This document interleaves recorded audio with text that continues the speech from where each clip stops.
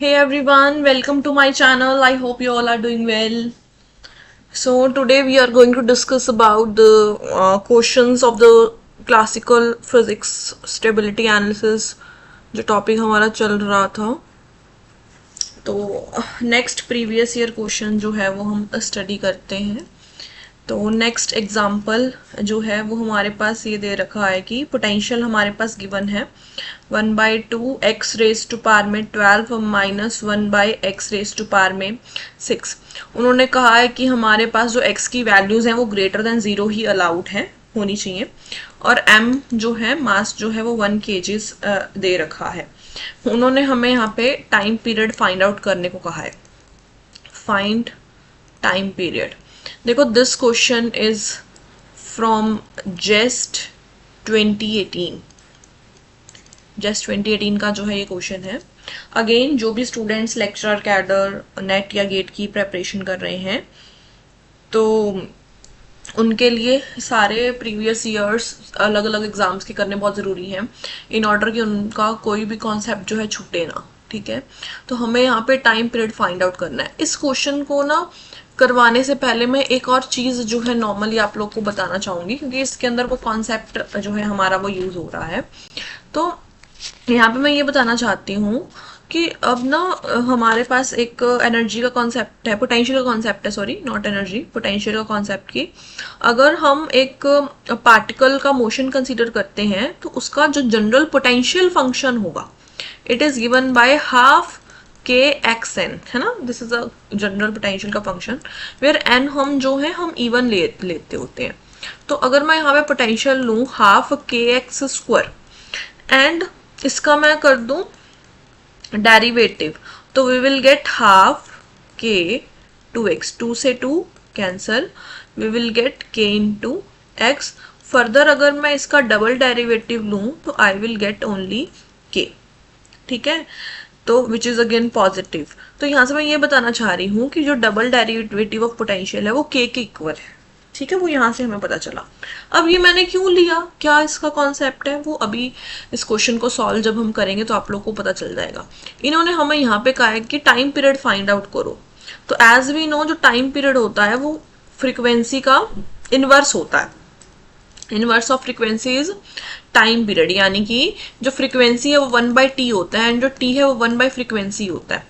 तो हम यहाँ पे क्या करेंगे, फ्रीक्वेंसी मतलब, और as we also know that nu is equals to 2 pi omega and omega is equals to nu by 2 pi. या फिर नहीं सॉरी यहाँ पे हम एक गलती हो गई है. यहाँ पे क्या है हमारे पास omega is equals to 2 pi nu and nu is equals to omega by 2 pi. तो फ्रीक्वेंसी हमने निकालनी पड़ेगी, हमें टाइम पीरियड निकालने को कहा है ना. तो अगर हमें फ्रीक्वेंसी निकालनी पड़ेगी तो फ्रीक्वेंसी हम ओमेगा से निकाल सकते हैं. और मैंने ओमेगा ही क्यों चूज किया, because as we know that हमारे पास एक फॉर्मूला होता है omega is equals to root of K by M. This one is a formula. या फिर omega square M is equals to K is equals to omega square M. तो अभी आपको बताती हूँ धीरे धीरे करके. एक बार के लिए आप ये ध्यान रखिए कि हमें टाइम पीरियड निकालना है. टाइम पीरियड को निकालने के लिए हमें फ्रीक्वेंसी चाहिए एंड फ्रीक्वेंसी को निकालने के लिए हमें ये वाला फॉर्मूला यूज़ किया है. ठीक है, अब वही सेम चीज़ें हमें करनी है. सबसे पहले हमें क्या करना है, यहाँ पे वही पोटेंशियल का सिंगल डेरिवेटिव ले लो. क्यों, क्योंकि मुझे यहाँ पे सिंपली के की वैल्यू निकालनी है. के की वैल्यू क्यों निकालनी है वो भी आपको पता चल जाएगी. तो इसका अगर मैं एक डेरिवेटिव लेती हूँ तो यहाँ से मुझे मिलता है minus of 6 divide by X raise to power में 30. बिकॉज आप लोग यहाँ पे देखिए ये हमारे पास ऊपर जाएगा -12 बन जाएगा. इसको मैं बता देती हूँ 1/2 है. X of -12 -1 divide by -12 -1. नहीं ये तो इंटीग्रेशन हो गया. ये क्या हो जाएगा, -12 जो है वो नीचे आ जाएगा और X raise to power -12 minus of 1. ठीक है, डेरिवेशन ऐसे ही होता है कि पावर जो है वो नीचे आ जाती है एंड एक पावर डिक्रीज हो जाती है. ठीक है, वही मैंने किया, पावर को मैं नीचे ले, एक पावर को मैंने डिक्रीज कर दिया, क्योंकि एक्स रेज टू पावर नीचे, ऊपर जाके एक्स रेज टू माइनस 12 होएगा। फिर अगेन -6 जो है वो नीचे आ गया है, and X raise to power में -6 -1 हो गया। इसको सॉल्व करेंगे, we will get 2 6 are 12 -6 x raised to power -13 था, नीचे जाके 13 रह गया, प्लस 6 माइनस माइनस प्लस हो जाएगा ना, 6 divide by X raise to power में 7। इसको मैं 0 के इक्वल पुट कर दूंगी। क्यों 0 के इक्वल पुट किया? क्योंकि मुझे इक्विलिब्रियम पॉइंट्स चाहिए थे। इक्विलिब्रियम पॉइंट्स क्यों चाहिए थे अभी बताती हूँ। पहले हम इसके इक्विलिब्रियम पॉइंट्स निकालते हैं। इक्विलिब्रियम पॉइंट्स निकालते हैं, curl v by curl x is equals to minus यहाँ पे जो है वो 6 by x raise to power 7 common आ जाएगा, अंदर बचेगा 1 by x raise to power में 6 plus 1 is equals to 0। Hence यहाँ से हमारे पास x की 0 वैल्यू आ रही है, जो कि हमें नहीं लेनी, क्योंकि क्वेश्चन में ऑलरेडी गिवन है कि x should be greater than 0। तो curl v by curl x is equals to only this bracket gives us the value of the x। तो -1 as x is not can not be equals to 0 is equals to -1, because वो 0 की equal है, minus से minus cancel, x raise to power 6 is equals to 1, then x is equals to 1 की power में 1 by 6 which is we will get plus minus of the 1, because आप लोग देखिए यहाँ पे हमारे पास इवन पावर है। क्या अगर किसी को नहीं समझ आया कि हमारे पास कि x को हमने प्लस -1 कैसे लिया है, बिकॉज आप लोग देखो, अगर मैं इसको ऐसे लिखूँ स्क्वायर की पावर में 4 इज इक्वल्स टू 1, नहीं 3 इज इक्वल्स टू 1, तो x उधर जाके 1/3 हो जाएगा, 1/3 is 1, and here x square is equals to 1 where x is equals to plus minus 1। ठीक है, तो यहाँ से हमें जो x है उसकी जो वैल्यू है वो प्लस माइनस 1 मिली। और हमने अगर आप ये नहीं भी करते हो, लेट सपोज कि किसी बच्चे को डाउट आता है कि यार 1/6 भी तो कर रहे थे, तो इन जनरल हमारे पास -1 वैल्यू अलाउड ही नहीं है, क्योंकि x should be greater than 0 ना। तो -1 जो है x की वैल्यू वो अलाउड ही नहीं है, तो हम डायरेक्टली भी यहाँ से कर सकते थे। मैं सिर्फ ये बताना चाह रही हूँ कि ऐसा भी हो सकता था, तो हम तो यहाँ से डायरेक्टली करेंगे विच विल गेट 1, तो x की वैल्यू हमारे पास सिर्फ +1 ही यहाँ पे आएगी। तो we will get only one point which is this point which is the equilibrium point. अब ये स्टेबल है या अनस्टेबल है वो हम डबल डेरिवेटिव में पुट करके चेक करते हैं। तो ये मैंने डबल डेरिवेटिव ले लिया, डबल डेरिवेटिव मैंने लिया तो वी विल गेट उसका जो डबल डेरिवेटिव आएगा 6 into 13 divide by X raise to power में 14 minus 6 into 7 divide by X raise to power में, डबल डेरिवेटिव कर लेंगे तो वी विल गेट दिस। तो अब क्या है, इसको सॉल्व कर लो, क्योंकि हमें डबल डेरिवेटिव में पुट करके देखना है ना इसकी वैल्यू। अगर मैं इस पर्टिकुलर x की वैल्यू को +1 डबल डेरिवेटिव में पुट करके देखती हूँ तो आई विल गेट 36, इसमें पुट करो you will get 36 which is greater than 0 which says that this is a stable equilibrium point. तो हमारे पास जो x इज इक्वल्स टू +1 है, it is a stable equilibrium point. हमें क्यों ले रहे थे, क्योंकि जो k की वैल्यू होती है वो सिर्फ curl square v by curl x square नहीं होती, बल्कि स्टेबल इक्विलिब्रियम पॉइंट पे जो इसकी वैल्यू होती है वो होती है k की वैल्यू। ठीक है, तो दैट्स वाई हम इक्विलिब्रियम पॉइंट्स निकाल रहे थे, इस वजह से हमें इक्विलिब्रियम पॉइंट्स निकालने पड़े। ठीक है, तो ये तो हमारे पास आ गया प्लस का 36। ठीक है, प्लस का 36 आ गया ना। अब वी नो ओमेगा की वैल्यू क्या होती है, √k/m होती है। ओमेगा हम क्यों निकाल रहे हैं, क्योंकि हमें फ्रीक्वेंसी निकालनी है, क्योंकि 2π nu is equals to omega होता है, और nu is equals to omega by 2π हो जाएगा। तो दैट्स वाई हम ओमेगा निकाल रहे हैं, omega is equal to √k/m। तो k निकालना था, दैट्स वाई हमने ये सारा तामझाम करना पड़ा स्टेबल इक्विलिब्रियम पॉइंट निकालने का।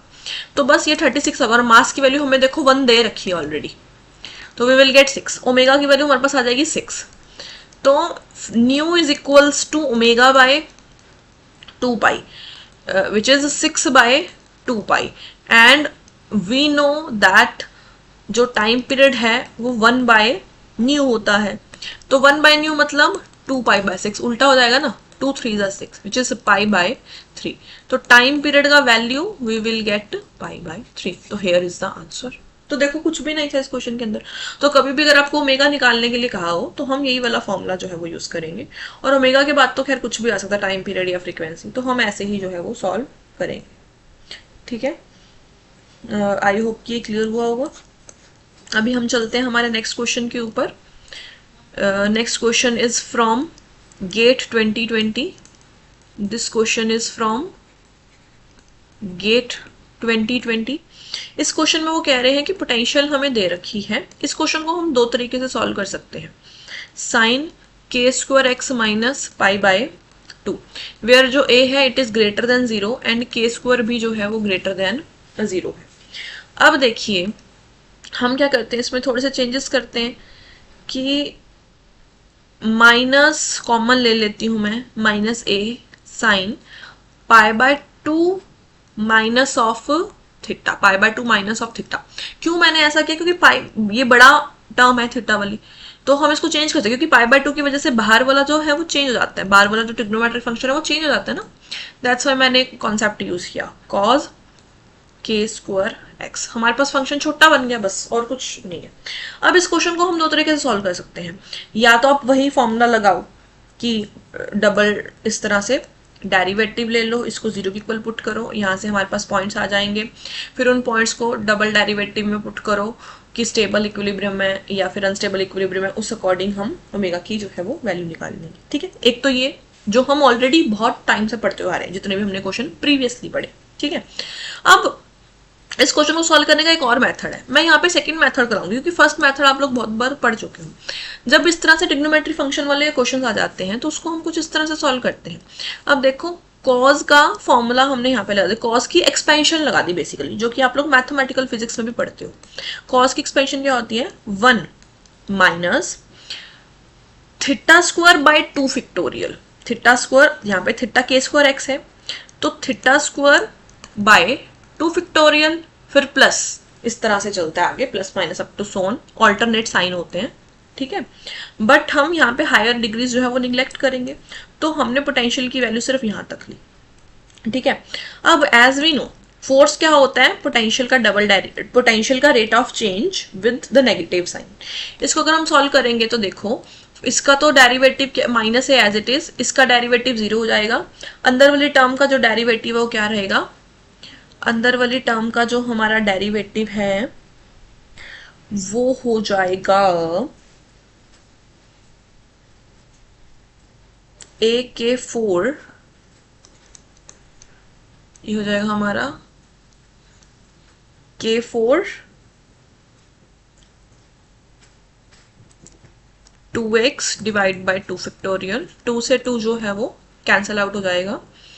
We are left with f is equals to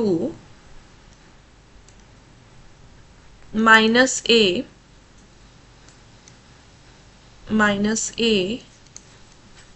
k4 into x। ठीक है, minus a k4 into x। So अब थोड़ा सा इसको हम करते हैं सॉल्व आगे। तो as we know f is equals to mass into acceleration, तो मैं यहाँ पे लगाऊंगी a prime, because this a represents the acceleration and this a represents the constant. ठीक है, which is equals to minus of a k4 into x। ठीक है, यहाँ पे मैं क्या कर लूंगी, जो है a प्राइम लूंगी, a प्राइम इक्वल्स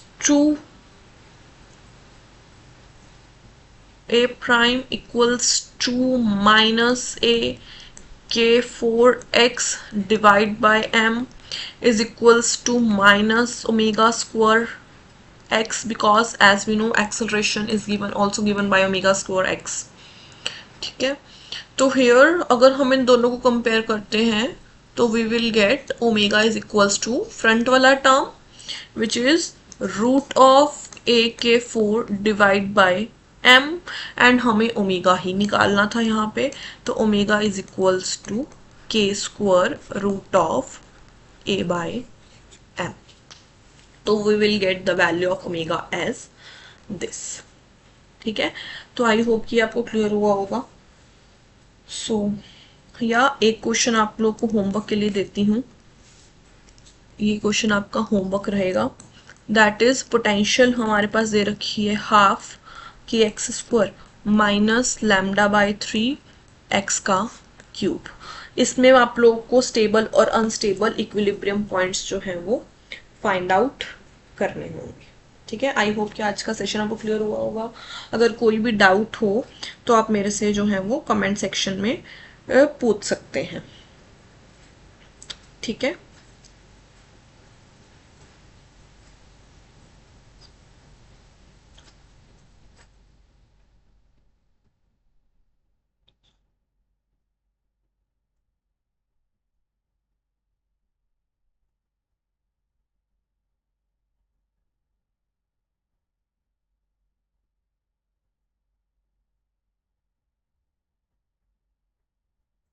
चलो आज के सेशन में इतना ही रहेगा, बाकी का हम नेक्स्ट सेशन में देखेंगे। Thank you so much.